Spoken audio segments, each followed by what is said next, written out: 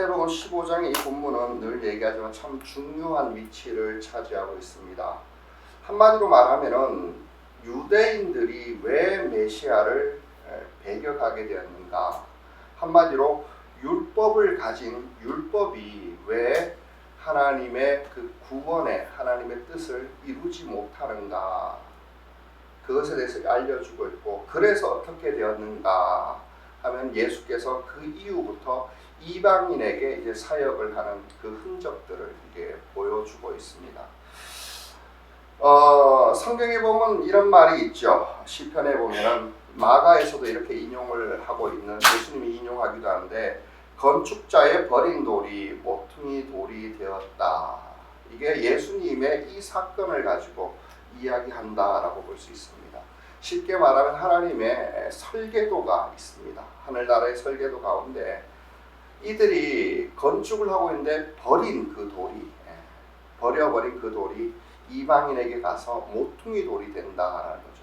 모퉁이 돌은 뭔가 하면은 머릿돌하고는 달라요. 머릿돌은 다르고 모퉁이 돌은 이 당시 그 중동 지역에 가보면 이제 건물을 지을 때 보면 돌을 하나씩 쌓죠. 우리는 진흙이라서 잘 모르는데 쌓는 게 다예요. 그래서 지진이 나면 확 무너지면 그걸 다시 쌓으면 되는 거예요. 근데 가장 처음에 놓는 게 뭐냐면은 그 건물로 따지면 이 구석에 가장 큰 돌을 넣는 거예요. 여기서부터 하나씩 옆으로 쌓으면서 위로 쌓으면서. 그런데 그것을 바로 모퉁이 돌이다 그런 겁니다. 거기서부터 건물을 지어지는데 사도들에 의하면 그 건물을 교회라고 표현을 하고 있기도 하죠. 어찌됐든 이 사건으로 인해서 예수님은 이방인에게 복음을 퍼져가는 그 흔적과 그림자를 보여주시는데, 이것은 매우 중요한 겁니다. 왜냐하면 율법이 왜 실패를 했는가? 왜 율법으로 되지 않느냐라는 거예요. 그러면 이스라엘이 뭔가 이렇게 얘기하겠지만, 그래서 제가 율법으로 우리는 구원을 얻을 수 논리적으로는 있습니다. 그러나 사도 바울에 의하면은 그 율법을 지켜서 행할 수 있는 사람이 없다라고 이야기를 하고 있고요. 그래서 또 다른 의가 나타났는데, 믿음으로 말미암은 의로 우리는 구원을 얻을 수 있다. 그렇게 사도는 설명을 하고 있죠. 그래서 요 뒤에 나오는 지난주에 가나안 여인을 통해서 참 믿음이 어떤 것인가를 살펴봤습니다.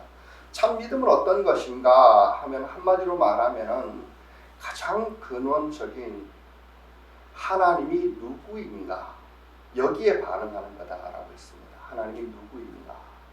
물론 우리가 그것을 완벽하게 잘 알 수는 없지만은 그것을 멀리서 바라보고 또 지금 소망으로 바라보고 한 걸음씩 한 걸음씩 발걸음을 향해 나가는 것, 이것이 바로 믿음이다라고 했습니다. 제가 그리고 서론에서 지난주 중요하게 얘기했죠. 그리고 이 믿음이 완성되기 위해서 비슷하지만 이 믿음은 어떻게 돼야 된다고요? 믿음은 반드시 경건이라는 그릇에 담겨져야 된다라고 했습니다. 이것은 뭐 유독 기독교뿐만 아니라 다른 종교에서도 다 이야기하는 것 같습니다. 쉽게 말하면 내용이 중요하다. 그러나 그릇이 없이는, 쉽게 말하면 그 행위가 없이는, 어떤 율법적인 행위가 없이는 그 믿음은 절대로 담아질 수 없다라는 거죠. 담아질 수 없다라는 거죠. 행위가 없는 믿음이 어떤 믿음이라고 했습니까? 죽은 믿음이라고 사도 바울은 얘기했죠. 사도 바울이 알고 야고보 사도가 얘기했죠.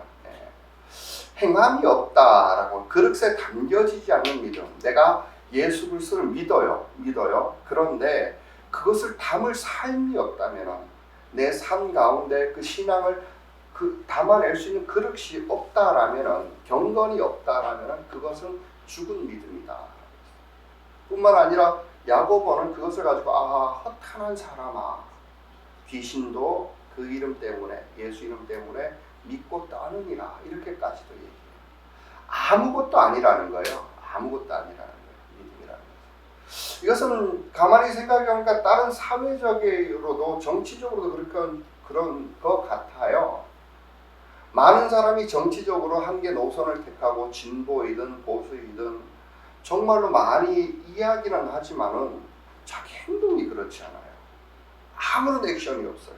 그런 사람은 뭐라고 그럴까요? 아무것도 아니죠. 아무것도 아니죠. 아무것도 아니죠. 아무것도 아니죠. 아는데 그릇에 담을 수 없다라면 그것은 아무것도 아니다라는 겁니다.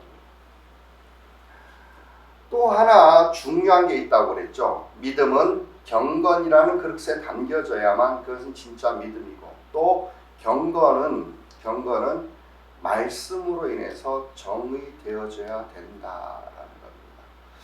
이것은 사실 구약의 방법입니다. 오늘 본문 말씀 이게 쭉 돌이켜 보면은 이스라엘이 여기에서 실패했다라는 걸 알 수 있을 겁니다. 율법이 여기에서 실패를 하고 있다라는 겁니다. 그릇도 충분히 만들어졌는데 그것을 경건에다가 그 담을 말씀이 없었어요. 왜곡되어졌어요. 그렇게 볼 수 있는 거죠. 자, 여기에 대해서 굉장히 중요한 긴장이 필요합니다. 여기에서 극단적으로 갈 때는 항상 이단이라고 이야기를 하고요.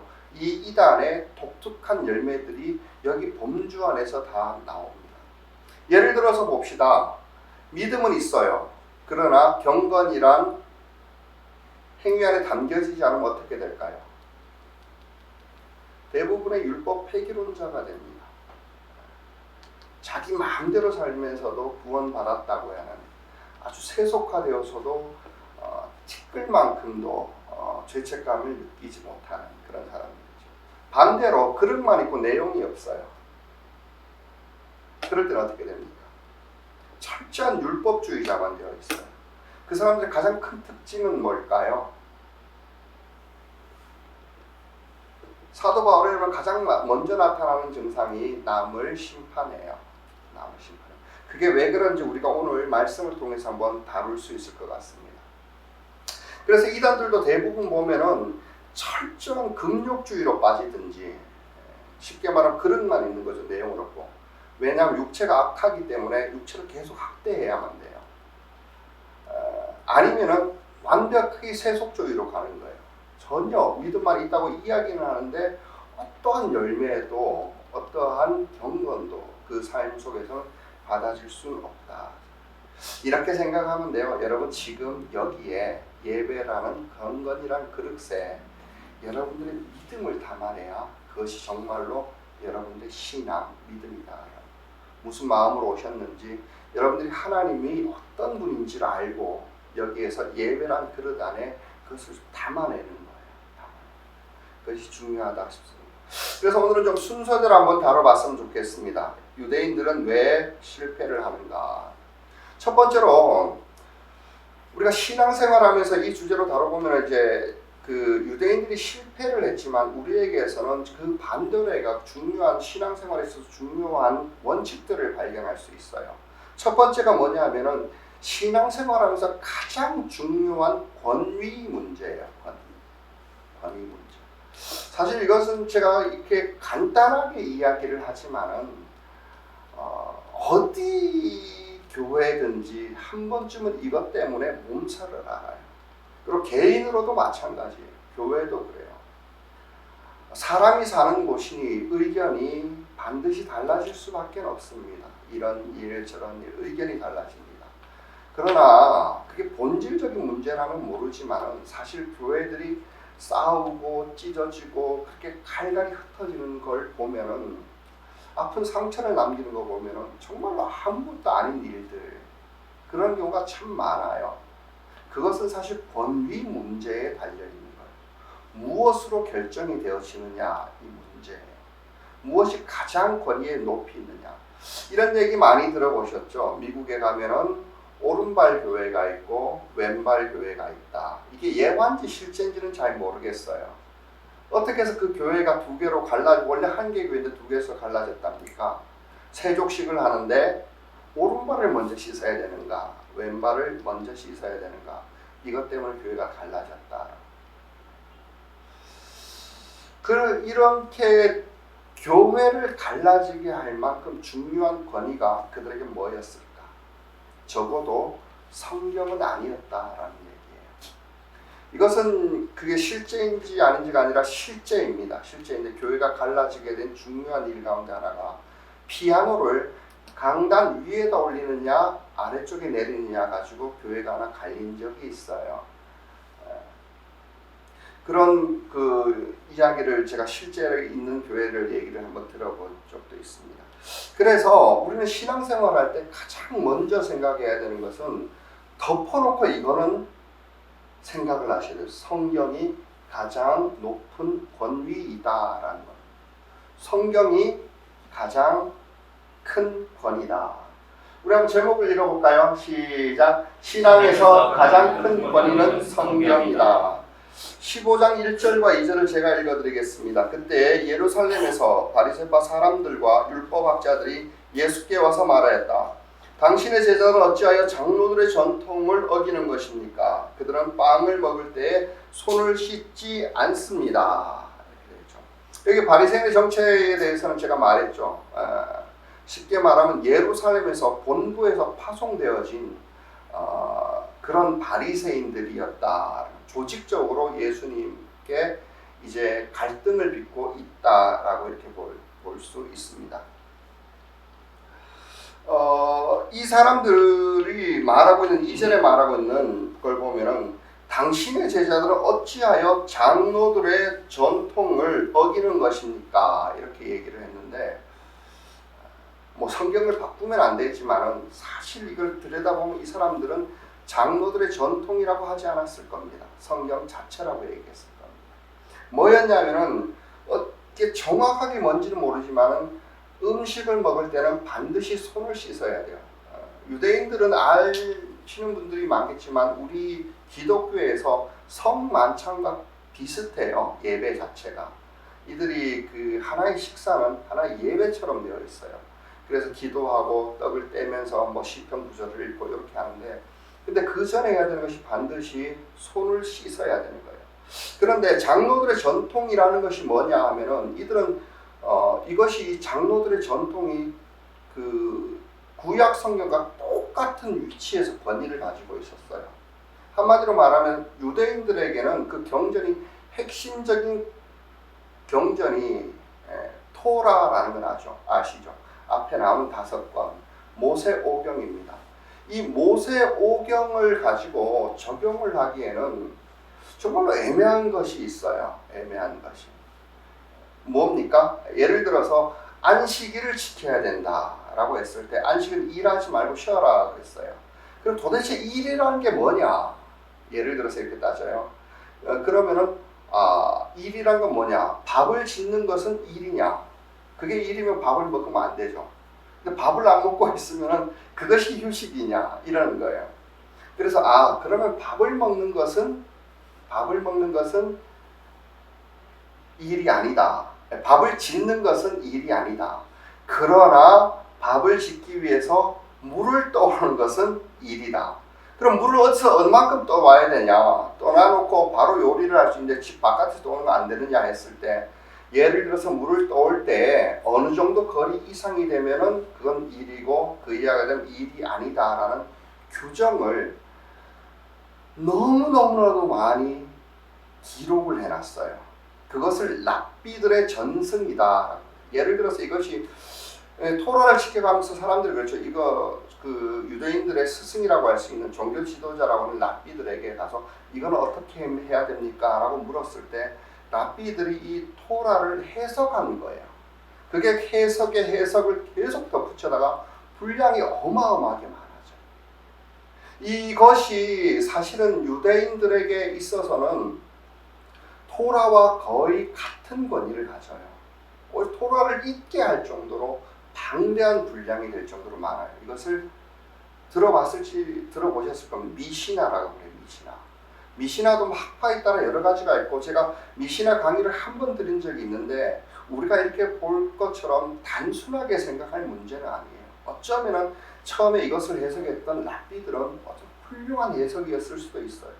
어떻게든 하나님을 경외함으로 그 말씀을 지키게 하기 위해서 그렇게 되어졌는데 그것이 전해져 내려오면서 이상하게 그들의 문화 속에서 전통 속에서 자리 잡아 있다라는 거예요. 그래서 그게 변하지 않는다는 거예요. 시대가 변하면서 사람이 변하면서 상황이 변하면서 꿈쩍도 하지 않는 거예요. 그걸 어기면 다 어기는 거예요. 이게 미시나예요. 지금도 이들은 미시나를 가지고 있습니다. 또 미시나를 가지고 한 번 더 해석을 하는 게 있어요. 그게 뭘까요? 제가 새벽엔 여러 번 얘기한 것 같은데 조은희 자매 기억하십니까? 이것을 탈무드라고 해요. 탈무드. 탈무드는 많이 들어봤죠. 뭐 지혜서 그래. 이게 바로 탈무드의 배경이다라고 볼 수 있습니다. 아무튼 이 미시나는 율법을 해석함에 있어서 이렇게 아까 안식일 예로 들었던 것처럼 다양하게 시대가 변하면서 뭐 그 스위치 껐다 켜는 것도 일이라고 여겨져요. 그래가지고 요즘에 이렇게 TV에도 몇 번 나왔습니다만 유대인들은 타이머를 어마어마하게 많이 갖다 붙여놓는 거예요. 그래서 시간만 되면 자동으로 에어컨이 켜지게 하거나 뭐 이런 것들 이렇게 있습니다. 이것을 가지고 사실 예수님께 얘기를 한 거예요. 근데 예수님이 어기려고 어긴 것이 아니라는 거 아시죠? 왜냐하면 예수님의 제자 공동체는 그 당시 순례자와 같아요. 물이 흔하지 않은 이 광야 생활 가운데 제자들은 거의 광야에서 지내고 있단 말이에요. 마실 물도 적은데 씻는 물이라. 사실 어렵죠. 오병이어 할 때 다 씻고 먹었을까요? 그런 게 아니었다라는 거예요. 그리고 씻는 게 이게 단순한 위생 문제가 아니라 이들에게 있어서는 정결 예식에 포함되는 그 장로들의 미시나에서 나온 랍비 전승의 하나였다라는 거예요. 근데 그걸 가지고 걸고 넘어져요. 근데 뭐 손 씻는 문제 뭐 별것도 아닌데 뭐 그렇게 중요하게 여기는가 그러겠지만 실제로 아무 문제가 아닌 게 아니에요. 바리새인들 쪽에서는 왜 그러냐면 자기들이 그들에게 선생으로 불리고 있었고 자기들만이 성경을 해석하고 있었어요. 정면으로 예수님은 그들의 그 성경 해석하는 데서 나오는 그 전통을 꺾으면서 그들의 권위를 다 꺾는 거예요. 권위를 꺾는 거예요. 이제 자기들이 어쩌면 예수님 방식이면 자기들이 설 자리가 없다라는 거예요. 어쨌든 그걸 걸고 나오자 예수님께서는 답을 주시는데 이런 답을 주십니다. 3절에서 9절까지인데 제가 쭉 한번 읽어드리겠습니다. 예수께서 그들에게 말씀하셨다. 그러면 너희는 어찌하여 너희 전통 때문에 하나님의 계명을 어기느냐. 하나님께서 말씀하시기를 아버지와 어머니를 공경하여라 하시고 또 아버지나 어머니를 욕하는 자는 반드시 죽을 것이다 하셨다. 그러나 너희는 말하기를 누구든지 아버지나 어머니에게 내게서 받으실 것이 하나님께 드리는 예물이 되었습니다 하고 말만 하면 그 사람은 제 부모를 공경하지 않아도 된다고 한다. 그렇게 너희는 너희의 전통 때문에 하나님의 말씀을 폐한다. 위선자들아 이사야가 너희를 두고 적절히 예언하였다. 이 백성이 입술로는 나를 공경해도 마음은 나에게서 멀리 떠나 있다. 그들은 사람의 훈계를 교리로 가르치며 헛되이 나를 예배한다. 이것이 무슨 말이냐 하면은 한마디로 예수님은 자 너희들이 전통을 그렇게 얘기하고 있는데 그럼 실제적으로 봐라. 너희들이 그 전통을 인해서 말씀을 어기고 있다라면서 사례를 하나를 드는 거예요. 예를 들어 말하면 뭐냐면은 율법 가운데 이웃사랑의 가장 첫 번째 나오는 약속이 있는 첫 계명이라고 하죠. 그건 부모 공경이에요. 부모 공경에 대해서 너희들은 그 전통으로 의무를 다하지 않지 않느냐. 무슨 말이냐 하면은 이 당시 바리새인들이 그랬죠. 바리새인들이 이 율법을 자기들의 전통을 다 지키고 살면은 어마어마해요. 일상생활이 불가능해요. 아까 전에 예수님의 제자들이 걸고 넘어졌던 것처럼 이들에게 있어서 시장 통해서 긴 옷을 입고 화려한 옷을 입고 종교적인 예식 속에서 빠지고 사는 사람만이 할 수 있는 그런 예식들이에요. 손을 씻는 것도 이 사람들이 거창한 집에서 그렇게 종 한둘은 데리고 있는 집에서 그렇게 해야만 가능한 일이었다라는 거예요. 근데 그 중에 하나가 뭐가 있냐면은 그렇게 하면서 부모에 대한 의무는 완벽하게 소홀해요. 그래서 이 하나님께 드릴 예물이 되었습니다라는 것을 마가복음 고르반 이렇게 얘기했는데, 고르반이라는 것이 하나님께 드릴 예물이라는 뜻인데 쉽게 말하면 이거예요. 내가 당연히 말씀에 의하면 어머님을 섬겨야 되지만 이 율법 지키는 이걸 감당하기 위해서 나는 구별이 되었습니다라고 하는 거예요. 나는 내 인생과 평생이 하나님께 드려졌으니 당신은 알아서 사십시오. 아무리 부모가 병들고 힘이 없고 연약해져도 자식된 도리를 안 하는 거예요. 근데 왜 이렇게 되었을까요? 왜 이렇게 되었을까요? 아까도 말했듯이 미시나의 율법의 해석이 나빴던 것이 아니라 이것이 지키기 위해서 지속되고 역사 속에서 오면서 계속해서 악용이 되어지는 거예요. 자기들이 성경을 해석할 권리를 가지고 있고 자기들에게 유리한 대로 해석하면서 계속해서 이런 일이 있는 거예요. 부모에게 하는 것은 또 유독 그 사람의 정체성을 가지고 부모에게 도리를 하지 않는다. 이것뿐만이 아니라 그들이 가르치는 백성에게도 그렇게 가르쳤던 것 같아요. 마태복음 뒷부분에 보면 이런 얘기들이 있어요. 마지막에 보면 이렇게 너희들이 하루 살리는 걸러내고 낙타를 섬긴다라고 할 때 이런 말이 그 앞에 계속 나와요. 누구든지 성전을 두고 맹세하면 아무래도 좋으나 누구든지 성전에 금을 두고 맹세하면 반드시 지켜야 된다. 이렇게 그렇게 가르쳐요. 성전을 두고 자기 신앙 고백에는 전혀 관심이 없어요. 근데 헌금을 얼마 해야지라고 한번 감정적으로 결정하라면 그걸 끝까지 매달 지켜야 된다는 거예요. 그러면서 예수님이 얘기하는 거예요. 어느 것이 더 중요하냐? 금이냐? 그 금을 거룩하게 하는 성전이냐? 혹은 제단 가지도 그것도 그래요. 누구든지 제단을 두고 맹세하면 반드시 지켜야 된다라고 얘기해요. 제단의 제물. 무슨 말이냐 하면은 예수님이 이렇게 또 얘기합니다. 어느 것이 더 중요하냐? 제물이냐? 그 제물을 거룩히 하는 제단이냐? 이렇게. 헌금 얼마 해야 되겠다. 그것만 고집는 거예요. 다른 데는 관심이 없는 거예요. 근데 그 헌금을 하면 그게 더 누구 돈이 되죠? 이 당시 종교 지도자들의 재산이었어요. 이렇게 악용이 되었었던 거예요. 악용이 되었어요. 이들은 한마디로 말하면은 뻔한 예수님처럼 말하면은 성전이 중요하냐, 금이 중요하냐, 금을 거룩하게 하는 성전이냐라고 이야기했던 것처럼 말씀이 더 중요한가 아니면은 악용되어졌던 자기들이 했지만은 그것을 해석했던 그리고 조금은 이제 맞지도 않았던 그것들이 더 장로들의 전통이 더 중요하냐 이걸 가지고 예수님께서 지적하고 계시는 거예요. 장로들의 전통이 말씀을 폐하고 있는데도 그냥 두는 거예요. 이걸 가지고 신앙이라고 할 수 없죠. 신앙이라고 할 수 없죠. 한마디로 말하면 뭐냐면은 우리에게 있어서 신앙적인 경건의 규칙이라는 것은 절대화할 수 없다라는 거예요. 절대화할 수 없다. 그 어떤 것도 믿음이 안 될 뿐만 아니라 사실은 이것이 굉장히 위험해져요. 말씀의 본질을 새카맣게 있게 만들어버려요. 그리고 그 틀만 지켜야 돼. 자기가 고집스러운 거기에서 빠져가지고 거기에 머물러 버리는 거예요. 그래서 예수님께서 특별히 바리새인들을 안타깝게 생각하고 꾸중도 많이 하신 이유가 바로 이런 거예요. 자기만 망치는 게 아니에요. 그래서 그 눈먼 사람이 눈먼 사람을 인도한다. 그래가지고 둘 다 구덩이에 빠질 거야. 이렇게까지도 얘기하시죠.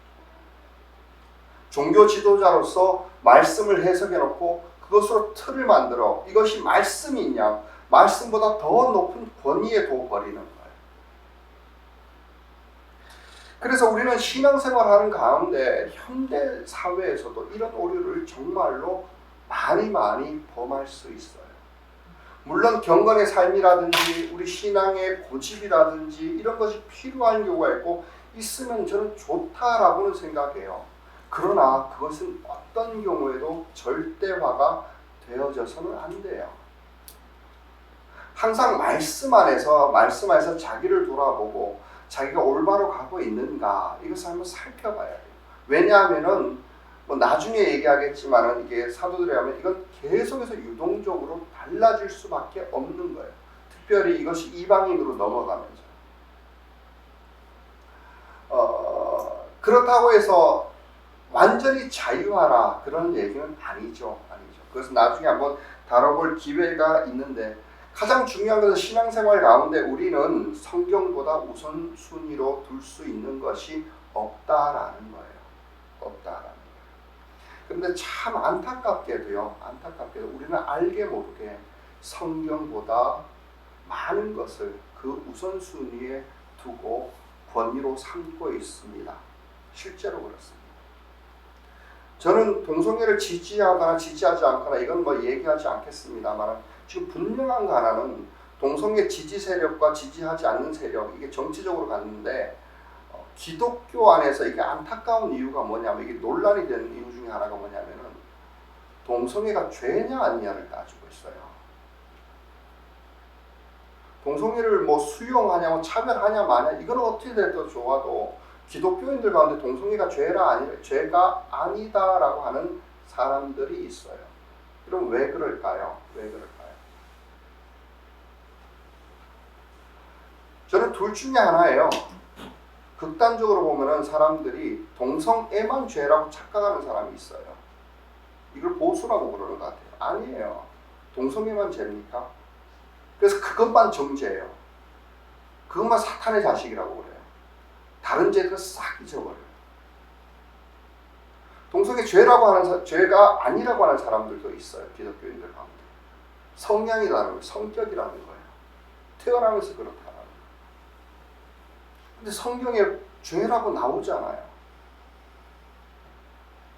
어떻게든 이것은 뭐냐면은 어떻게 해석하든 간에 진짜 본질적인 말씀을 두리뭉실 다 흐려버려요. 양쪽 다. 그 어떤 것도 아니에요. 이런 경우가 너무너무 많다라는 겁니다. 제가 이것만 얘기를 했지만 우리 좀 정직하게 돌아봐야 됩니다. 우리 사고방식 안에, 우리 생각 안에 말씀보다 더 위에 있는 것들 여러분 없으십니까? 우리 확신의 삶 가운데서 이것을 한번 다룹니다만 대표적인 게 뭡니까? 지금 여기에 유대인들처럼 전통이에요. 예전부터 그래 왔다라는 거예요. 여러분 이것이 어떤 경우는 성경보다 더 위에 있어요. 항상 돌아봐야 돼요. 또 뭐가 있을까요? 우리 확신의 삶에 나오는 걸 보면은 신비와 기적들이에요. 그것이 말씀보다 더 위에 있는 경우가 있어요. 뭐 뚜렷한 사례는 안 들겠지만 여러분 충분히 이해할 겁니다. 기적 한번 봤다가 뭐 성경에도 뭐고 다 뒤집어. 거기에 사랑도 없고 섬김도 없고 순종도 없어요. 자기가 하나님의 자리에 서버리는 걸 보게 됩니다. 지식이 성경보다 위에 있는 경우가 많습니다. 자기의 경험 그렇습니다. 여러분 그거면 좀 더 하다 그래도 돈이 성경보다 위에 있는 경우가 많잖아요. 인정하던 인정하지 않던. 여러분 명예가 성경보다 위에 있는 경우가 있습니다. 교만이 그렇습니다. 자기 경험이나 어떤 자기의 은사 같은 것들이 성경보다 위에 있는 경우도 있습니다. 여러분 이 부분에 대해서는 사실은 정말 좀 어려운 것 같아요. 사도 바울도 이 부분에서 특별히 얘기합니다. 특히 신비로운 은사 같은 경우, 실력 같은 경우라고 할 수 있고 성취와 성과라고 할 수 있는 것 같은 경우도 있어요. 사도 바울은 고린도전서 14장에서 이에 대해서 분명히 얘기해줘. 뭐가 우선이냐. 말씀이 우선이에요. 사실 교회의 권위가 우선이라고 설명을 하고 있지만 그건 왜 그러는지 다음번에 다룰 수 있을 겁니다. 말씀보다 더 위에 있어요. 그런 것들. 내가 뭐 환상을 봤다. 저는 이것 때문에 교회에서 참 힘들어하고 있는 사람을 많이 봤어요. 제가 원주에 사역할 때 제가 가르치던 청년이었어요. 형제가 둘인데 공부를 굉장히 잘해요. 그런데 어떤 때 집회를 와가지고 어떤 한 분이 예언을 하고 갔대요. 근데 둘 중에 한 명은 목사가 돼야 된다 그랬대요. 남에게 기이한 자식. 물론 그런 예언이 정말 사실일 수도 있어요. 사실일 수도 있어요. 근데 이 사람이 한평생에 고생했던 건 뭐냐면은 자기 형은 이미 이렇게 대학 가고 이제 진출 다 했어요. 자기도 이제 대학을 가고 있는데 이제 언제 신학교를 가야 되냐. 근데 하려고 했더니 도저히 목사는 뭐가 뭔지도 모르고 자기한테 은사가 없는 것 같아서 어떻게 해야 될지 모르겠다. 이렇게 얘기해요. 너무 괴로워하고 한평생 이게 진처럼 이렇게 살아가고 있었다. 이게 모르겠습니다. 정말로 그게 사실일 수도 있고 하나님의 인도함일 수도 있고 예언일 수도 있지만 어찌되었던 예언은 안 이루어졌어요. 저 때문에 그런지는 모르겠습니다. 내가 자유하고 그랬기 때문에 그런지 모르겠어요. 이런 경우도 많아요. 혹은 환상 가운데 누구하고 결혼하라 그랬다. 이런 것들. 근데 이것들이 대부분에 보면 뭐냐면은 권위를 성경을 바꾸어서 악용하고 있는 경우가 많아요.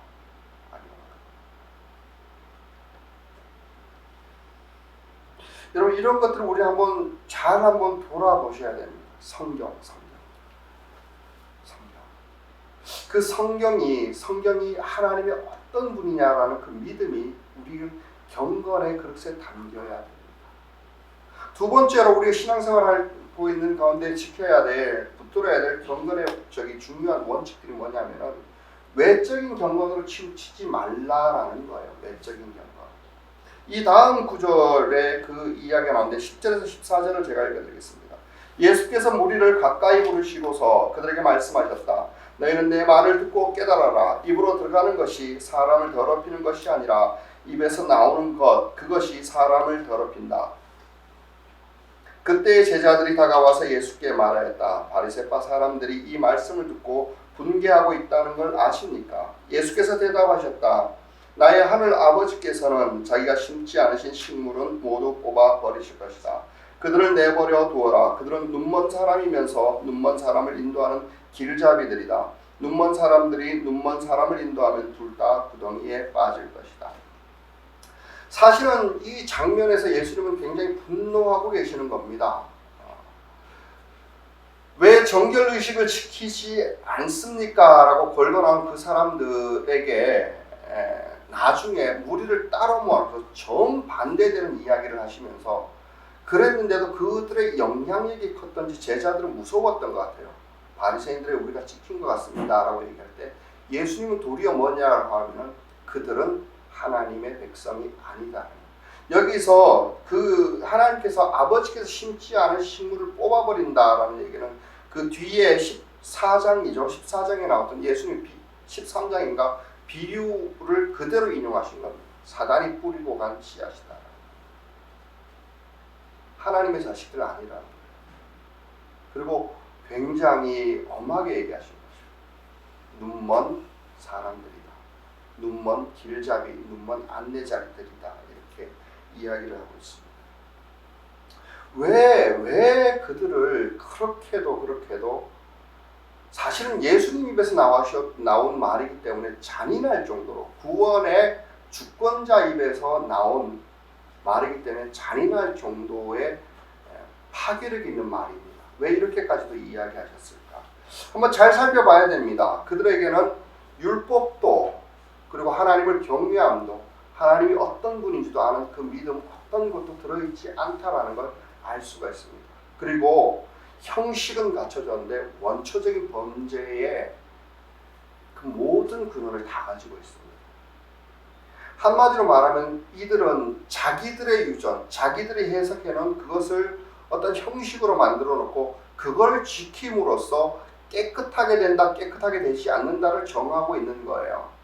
그리고 또 하나 보십시오. 그것을 가지고 다른 사람을 평가하고 판단해버립니다.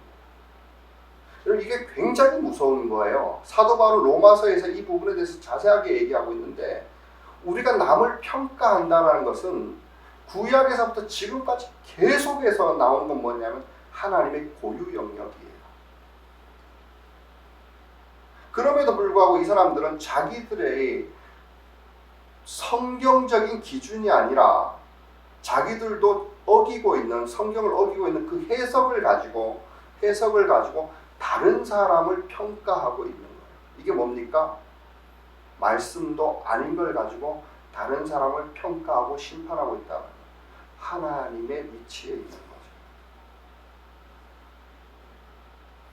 자기들의 방법이 있어요. 자기들의 예법이에요. 자기의 성경 해석으로 쉽게 말하자면 성경을 판단하고 있는 겁니다. 더 이상 이들은 정말로 하나님의 자식이 아닐지도 모릅니다.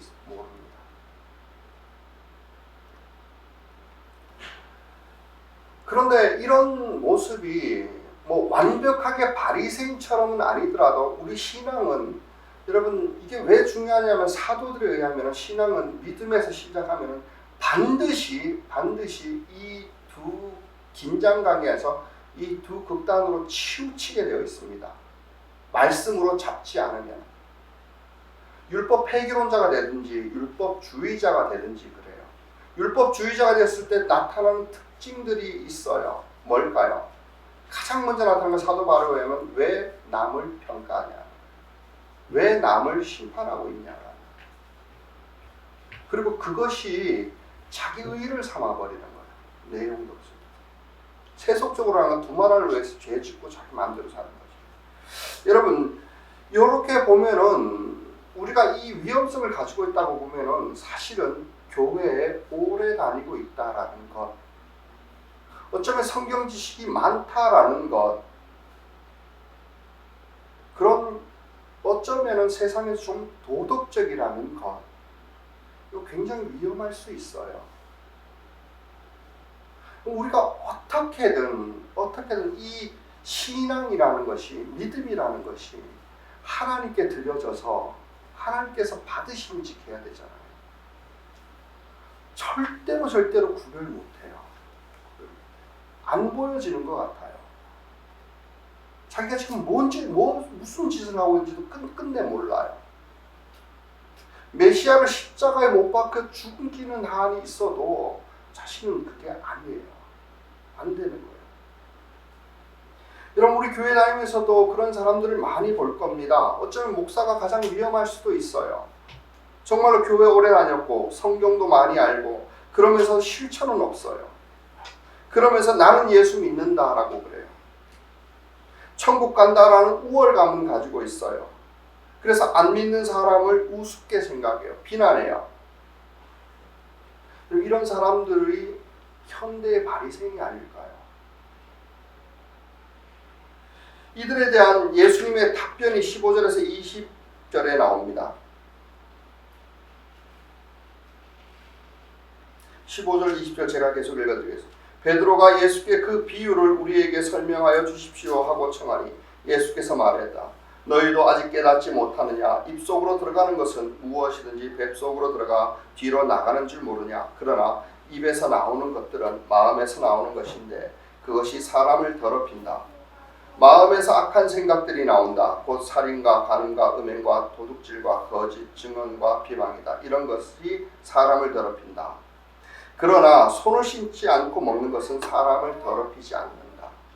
정결 예식을 하고 안 하고는 위생에 도움이 되고 안 되고는 할 수 있습니다. 그러나 그것이 영혼에 도움이 되거나 도움이 되지 않는 것은 아니에요. 정결 예식이나 그런 예법들이 중요하지 않다라는 것은 아니에요. 반드시 얘기했지만 우리의 믿음이라는 것이 신앙이라든지 그 그릇에 담겨져야만 된다라는 거예요. 그래서 해야 되는데 그것도 없이 아무 내용도 없이 그릇만 번지르르 할 수 있다라는 말이에요. 그 그릇만 가지고 깨끗하여지지 않는다라는 얘기예요. 그래서 율법주의자들과 이 바리새인들과 예수님의 가장 큰 차이, 하늘나라의 복음이 가장 크게 빛을 발하고 있고 아름답다라고 얘기하지만 산상수훈해 보십시오. 예수는 전부 다 마음에서부터 시작합니다. 마음이 청결한 자는 복이 있다. 마음 심령이 가난한 자는 복이 있다. 천국이 너희 것이다.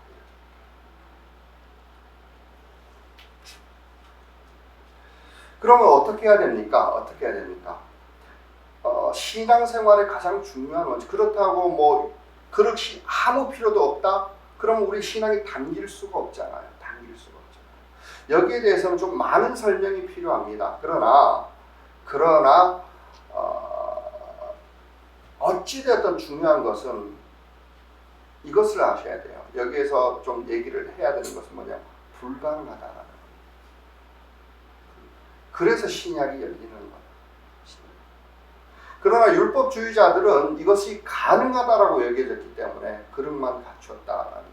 왜냐하면 불가능하다라고 했을 때 예레미야 17장 9절에 보면 이런 말씀이 있어요. 천국 복음으로 마음으로부터 시작하는, 예수님이 왜 마음으로부터 시작하는지 한번 보시기 바랍니다. 예레미야 17장 9절에 보면은 만물보다 거짓되고 아주 썩은 것이 사람의 마음이니 누가 그 속을 알겠느냐. 사람은 마음이 타락을 했어요. 마음이 타락을 했어요. 거기에서부터 뭔가 흘러나와요. 근데 누가 그 속을 알겠어요? 아무도 모른다라는 거예요. 본인도 몰라요. 그래서 불가능한 거예요. 그래서 신약이 열리면서 메시아가 오면서 하나님의 약속의 핵심이 뭘까요? 핵심이 뭘까요? 그거 너희들이 못하니 복음이 하겠다는 거예요. 성령이 하겠다는 거예요. 그래서 성령의 약속을 보면은 에스겔서 36장 26절 27절에 이렇게 나옵니다. 그때가 오면 너희에게 새로운 마음을 준다. 그때가 오면 너희에게 새로운 마음을 주고 너희 속에 새로운 영 제가 그때 한번 오후에 설명한 적이 있습니다만 영 그러면 아직은 그냥 마음으로 생각하시라고 했죠. 마음. 새로운 영을 넣어주고 너희 몸에서 돌같이 굳은 마음을 없애고 살갗처럼 부드러운 마음을 줄 것이다. 완전히 딱딱하게 굳어서 깨지지 않는 자기 고집, 자기 형식, 자기의 의, 여기서 변하지 않는 그 마음 속에 성령을 줌으로써 마음이 기경이 되어지고 새로운 마음이 그때서부터 시작되어지고 그 마음에서부터 여러분 중요합니다. 그 마음만 있다고 되는 게 아니라 그 마음에서부터 경건이 이루어져야 완성이 되어지는 거예요. 사람으로서는 불가능해요. 불가능해요. 그러나 성령으로는 가능합니다. 우리가 신앙생활이 과정이라고 했던 게 바로 이거예요. 많은 사람들이 이렇게 얘기하면 이건 난 못해요 라고 자기가 포기해버리는데 단 한 번도 성경은 너희들이 그렇게 할 수 있다라고 이야기하지 않으셨어요.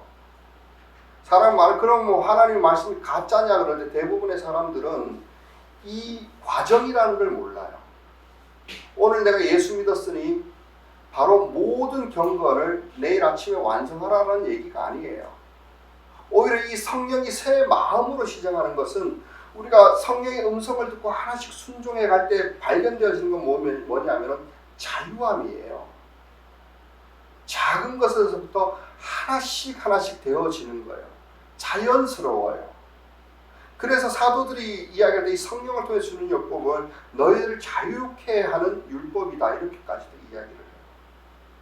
이것이 어떻게 되어지냐면은 사도 바울이 로마서에서 이렇게 얘기를 하게 돼요. 율법 가운데 이게 먹는 게 많이 있지 않습니까? 어떤 사람은 돼지고기를 먹을 수 있고 어떤 사람은 돼지고기를 먹을 수가 없어요. 근데 그 사람들 같이 목장을 해요. 율법에는 돼지고기를 먹으라 그랬어요? 먹지 말라 그랬어요? 먹지 말라고 그랬잖아요. 근데 이 복음이 유대인에게서부터 시작된 이 복음이 이방인에게 갔어요. 유대인들은 돼지고기를 한평생 안 먹어봤기 때문에 안 먹는 게 어렵지는 않아요. 돼지고기가 아니라 사실 우상에 드려진 그건데 그런데 이방인들의 입장이 달라요. 그죠? 돼지고기, 삼겹살. 근데 그렇게 되어졌을 때 도대체 믿음이란 뭔가 이렇게 설명을 해요. 한마디로 말하면 예수님 사도 바울의 입장은 정말로 율법이 믿음으로 말미암아 구원을 얻는 거기 때문에 괜찮아라는 거예요. 괜찮은데 사실 그게 그릇에서 완전히 자유할 수 있는 것은 믿음이 강할 때야. 우리는 많은 부분에 신앙을 가지고 경건 생활을 해나갈 때 수많은 경건의 수칙을 잘 지키는 사람일수록 많이 지키는 사람일수록 완벽하게 지키는 사람일수록 신앙이 탁월하다고 생각하잖아요. 성숙되어졌다고 생각하잖아요. 사도 바울 입장은 그게 아니에요. 믿음이 클수록 거기에 대해서 자유해요. 그런 믿음이 작을수록 그것을 지켜야만 되는 거예요. 그것을 지킴으로써 믿음이 성장되어지는 거예요. 그러면 그 둘이 한 상에 앉았을 때는 어떻게 해야 됩니까? 믿음이 강한 자가 연약한 사람을 도와주라 하는 거예요. 그들이 안 먹으면 너희들도 먹지 마. 성숙했으니까 이거예요. 이렇게 흘러나가는 게 이게 바로 믿음이고 경건의 삶이라고 보십니다.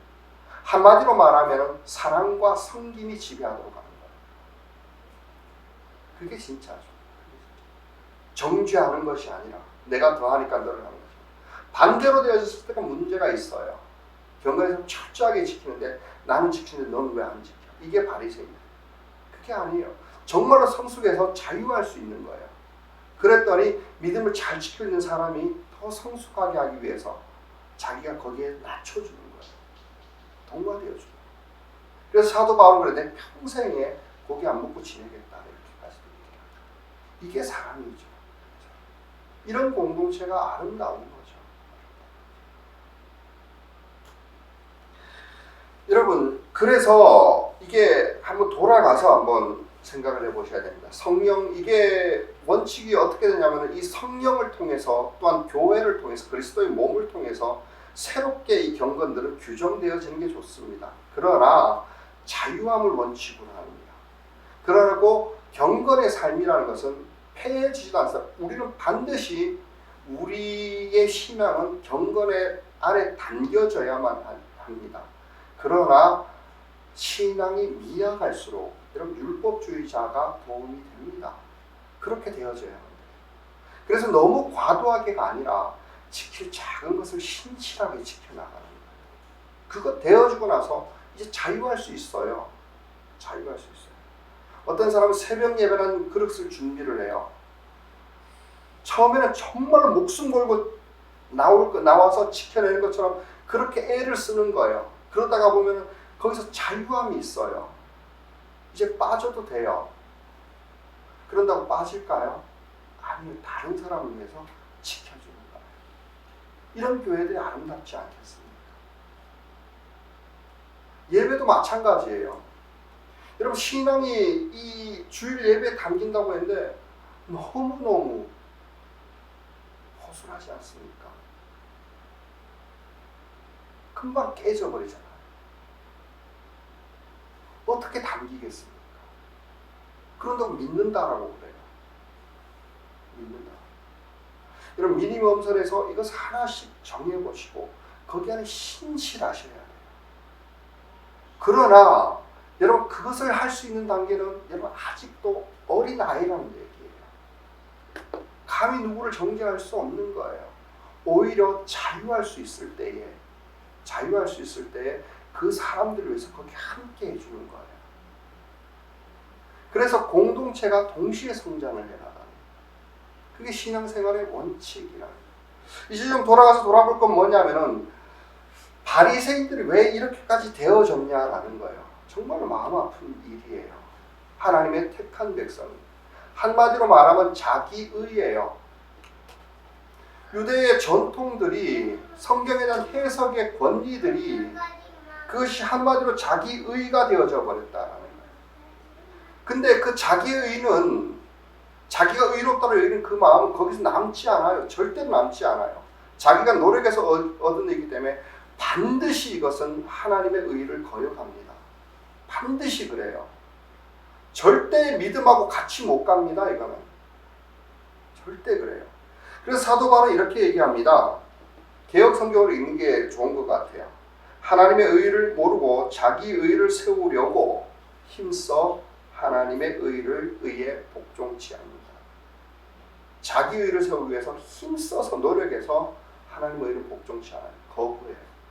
반드시 그렇게 되게 됩니다. 절대로 자기 의는 믿음과 하나님의 의와 양립되어질 수가 없습니다. 여러분 착각하셔는 안 됩니다. 절대로 안 됩니다. 양립되어지지 않습니다. 왜 그러니까 하면 그 자기의는 끝내는 자부심으로 남게 돼요. 자부심. 교만을 가져와요. 그래서 하나님을 거부해요. 그래서 진짜 하나님의 음성이 들려올 때 내팽개칩니다. 그래서 히브리서에는 이렇게 권면을 하고 있습니다. 오늘 너희가 그 음성을 듣거든, 이게 성령의 음성이에요. 우리들 복음 예수 그리스도를 믿음으로 말미암아서 성령이 안에 계셔서 새로운 경건을 요구하거나 새로운 인도하심이 있을 때 듣거든 반역하던 때와 같이 너희 마음을 완고하게 하지 마라. 반역하게 하던 때는요, 이 사람들은 적어도 하나님을 거부했다라고, 하나님을 멸시했다고, 버렸다라고 얘기하지 않아요. 그러나 분명한 것은 마음이 굳어있는 건 맞아요. 율법 때문에, 형식 때문에. 그것은 신앙이 아니에요. 성경은 그것을 하나님을 반역하고 있던 때라고 얘기해요. 그래서 여러분 신앙생활을 어떻게 하는 게 중요한가? 한마디로 말하면 우리들의 신앙은, 믿음은 여러분 경건이라는 삶의 그릇에 담겨질 수밖에 없습니다. 그리고 그 경건이라는 삶은 말씀에 의해서 규정되어져야 되는데, 한마디로 말하면 그 말씀은 하나님이 어떤 분이냐라는 거예요. 거기에 따라 달라져요. 자유하라는 얘기도 아니에요. 그래서 성장되어져야 돼요. 하나님이 어떤 분이냐라고 해서 가장 중요한 것은요, 십자가예요. 용서예요. 여러분, 죄책감에 있는 사람들은 자기 의를 위해서 자기가 범해졌을 때 그래요. 십자가 앞으로 나가서 과거는 잊고 지금부터 새롭게 나가는 것. 그리고 또 성령에 대한 순종이에요. 성령에 대한 순종은요, 그가 우리를 견인한다라고 얘기했듯이 우리를 동행하는 거예요.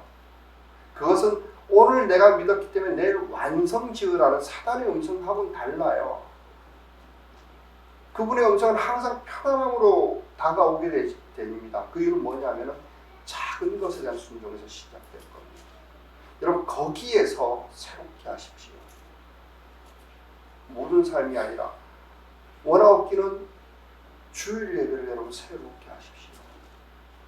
여러분, 개인이 가지는 경건의 시간을 새롭게 규정하십시오. 할 수 있거든 기도 시간을 분리해 나가십시오.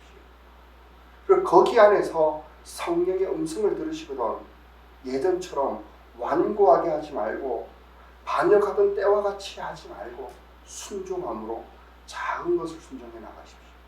그러면 어느샌가 여러분들의 신앙은 아름답게 영광스럽게 빛나는 보석처럼 정금같이 발견되어 있을 겁니다. 기도하겠습니다.